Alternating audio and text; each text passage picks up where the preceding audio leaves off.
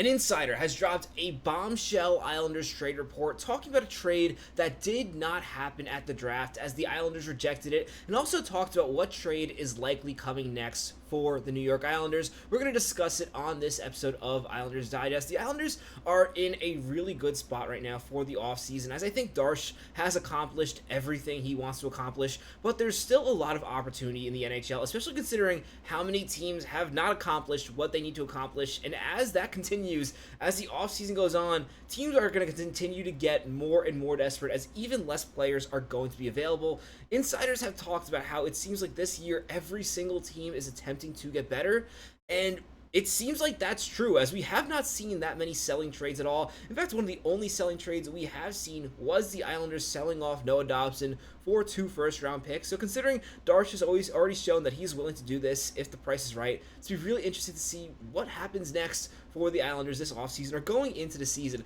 Before we get into that, we are getting really close to 1,600 subscribers under 20 away. It is insane how much this Islanders channel has grown. I think a big part of that is just how exciting the Islanders have been. I'm not even going to give myself credit for making the content. But with that, let's get right into talking about this trade. And we're going to start with the trade that did not happen. And that's a trade that we really all want to see, which was the Islanders trading for the 4th overall pick. And David Pagnotta has come out and said that Utah wanted Matt Barzal in those discussions. And honestly, while David Pagnotta does have a questionable reputation, a few years ago, Islander fans will remember, he tweeted that Kadri was signed by the Islanders. Clearly, that is not true, and looking back, probably for the best, the Islanders did not sign Kadri, considering how old this roster already is, although it is getting a lot younger, especially now under Darsh's control. This makes a lot more sense than what was previously leaked that Utah was interested in Ilya Sorokin. I never really bought that there was any discussion around Ilya Sorokin at all. I can buy that Utah would have wanted Matt Barzal, and I think it makes sense for them with that pick to ask for Matt Barzal. Obviously, I think Darsh did the right thing saying no. I think Matt Barzal is basically what you hoped James Hagens would be. He's pretty much one of the best case scenarios when it comes to drafting a player like James Hagens. So I think this makes sense that the Islanders did not accept this trade, considering Barzal still has a lot of hockey left in the tank, and I understand why Utah offered it. The one team I actually don't think makes sense at all in not being involved in a trade for the Hagens pick was the Nashville Predators. As I'm going to be honest, Brady Martin does not really make sense at all at that range. Honestly, I would not have been jumping for joy if the Islanders drafted Brady Martin 16th overall. I think Brady Martin is going to be a good center in the NHL. Yes, I'm not saying I don't think this player can be very effective, but he's not this scoring game changer that you want, especially this early in the draft. I think there was a big thing where there are some comparisons to the Chuck and a Bennett, and I just don't see it. I think he plays physical, yes, but I think teams were looking too much into that instead of talent. I think the Islanders did very well in the draft. And looking back, I'm honestly glad that they didn't get Hagens. And as the Pagnotta says, he was told by somebody from the Islanders, we like Hagens, but I don't know if we like him that much. And I think that's how I felt about Hagens. For the right price, I absolutely love this player. I do think he was the 3rd best player in this draft, but there are a lot of question marks in this draft. And considering what the Islanders got, Victor Eklund, who I think was definitely one of the top 7 to 10 talents in this draft, and Kashawn Aitchison, I think the Islanders did very well. And we're not even factoring in Emil Heineman. But now let's talk about a trade that I think is a lot more likely to happen, and Pagnotta agrees. Also, this is an article from Eyes on Isles. We are going to link it in the comments, in the description below. I'm trying to be better with linking the articles we talk about. And Pagnotta's talking about how Pageau's name is still out there on the trade block. And this is kind of conflicting a little bit by what we've heard previously, where Darsh does not want to move Pageau at all at this point. And I think this really makes a bit more sense. I think what's going on right now is Darsh is not actively shopping Pageau, but if there's a trade where he can get good value for this player, I absolutely do think he is listening. Now, Pagnotta notes that he feels the Islanders are not really in a good position to move Pageau, and I absolutely disagree with this statement. I think the Islanders are in really good shape when it comes to the center position, especially considering that Bo Horvat and Matt Barzal are now both playing center.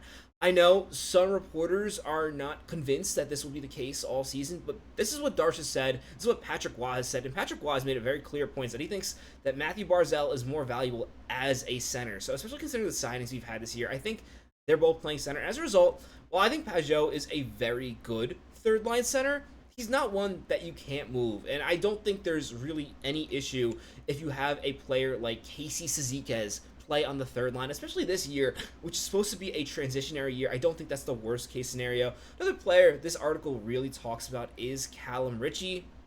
And it seems like Pagnotta is kind of questioning whether or not Callum Richie will be ready. I will say this.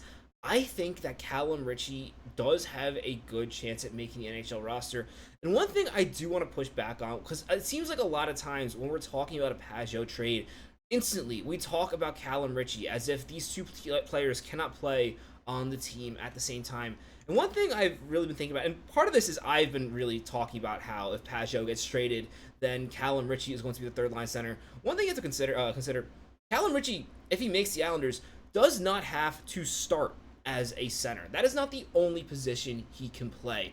Callum Richie, I think, is very unique as a prospect as compared to a lot of other prospects that typically don't project as centers in the NHL. Callum Richie, I think, projects really well as a center, and I think his value will be as a center. I think when he hits his prime in the NHL, it will be playing the center position. But especially when he's first coming up to the NHL, there's nothing wrong with Callum Richie playing wing. In fact, I think there's a pretty good chance that he can make this Islanders team playing on the wing. And if you look at the competition, well, there is competition still for him to make the lineup. It's a lot less competition than facing JG Pageau and Casey Ciziquez, because even with the criticism, Casey Ciziquez at this point in his career, I think, is still a very formidable fourth-line center, and you really don't want Callum Richie playing on the fourth line. If it's going to be the fourth line of the AHL, I think it definitely is a better decision for Callum Richie to play on the fourth line. But play in the AHL. But I think it's very notable that it's always this discussion, well, if Pageau is on the team, then Callum Richie can't make the club. He can still beat out a player like Anthony Duclair, start out on the wing. It's not uncommon for centers to start out on the wing and then get moved to center when they feel more comfortable. So we'll see what happens when it comes to this. But I do want to put that out there, that just even if Pageau is not traded, that does not mean that there is zero window for Callum Richie to make this team. It's going to make it more difficult because if Pageau is no longer there, the Islanders are in need of a third-line center. And I do think Callum Richie can beat out Casey Ciziquez for a third line role. I just think that's something you have to note. And my big question with JG Pageau is not if he's going to be traded, but when. Now, this article by Eyes on Isles does kind of hint that there is a chance for the Islanders to try to extend JG Pageau. Personally, I completely disagree with that. I think the Islanders signing JG Pageau would be an absolute disaster. It would be the first move Darsh makes that I fully disagree with. I honestly do not think there's a price where I think it would make sense for the Islanders to sign JG Pageau. Let's take that back. If it's like a $1 or $2 million contract, which you would never sign, the type of thing that allows you to play him on your fourth line, then obviously it makes sense to keep JG Pageau. But considering what his price is probably going to be, it makes no sense for the Islanders to try to keep this player. Now, I will make the argument in a future video that it might make sense for the Islanders to keep Anders Lee long term. And I know a lot of you are going to disagree with that, but I think for the right price, there's a lot more of an argument that Lee can really flourish in a lower line role as he ages and really would be the perfect leader for the next generation of Islanders. I just don't think you can make the same argument with Pageau. So that's just something I was thinking about. And when it comes to when you trade Pageau, I think it's kind of overstated how needed he is right now in this lineup. Obviously, I think Pageau on this lineup currently makes the Islanders a better team. And I think this is really going to depend, at least when they move him, on how the Islanders are doing early on. I honestly think what's most likely going to happen, unless somebody absolutely blows the Islanders away this offseason, which is possible, especially as we see more and more trades happen this offseason.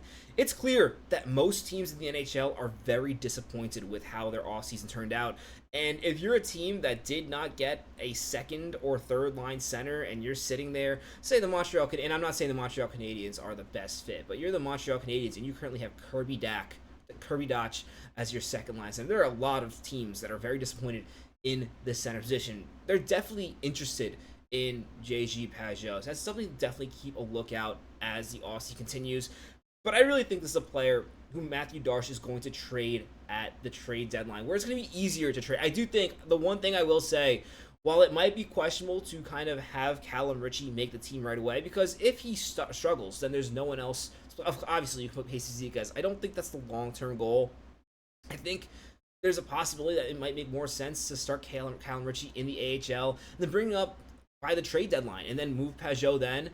I do think there's no, unless Pageau unfortunately gets injured, I don't think there's any possibility that he's still on the Islanders past the trade deadline. Even if the Islanders are in a playoff spot, as I've kind of mentioned this offseason, I think the Islanders might still be in a position to sell, at least with Pageau, as they try to get this team younger. Again, keep in mind, Callum Richie is not the Islanders' only prospect at center. While he is the most exciting, they also have a player like Danny Nelson, who's expected to get a lower, a third or fourth line role in the near future. And as a result, Pageau is completely expendable. And just considering the way the market is with centers, I think you're going to be surprised what the Islanders get with this trade.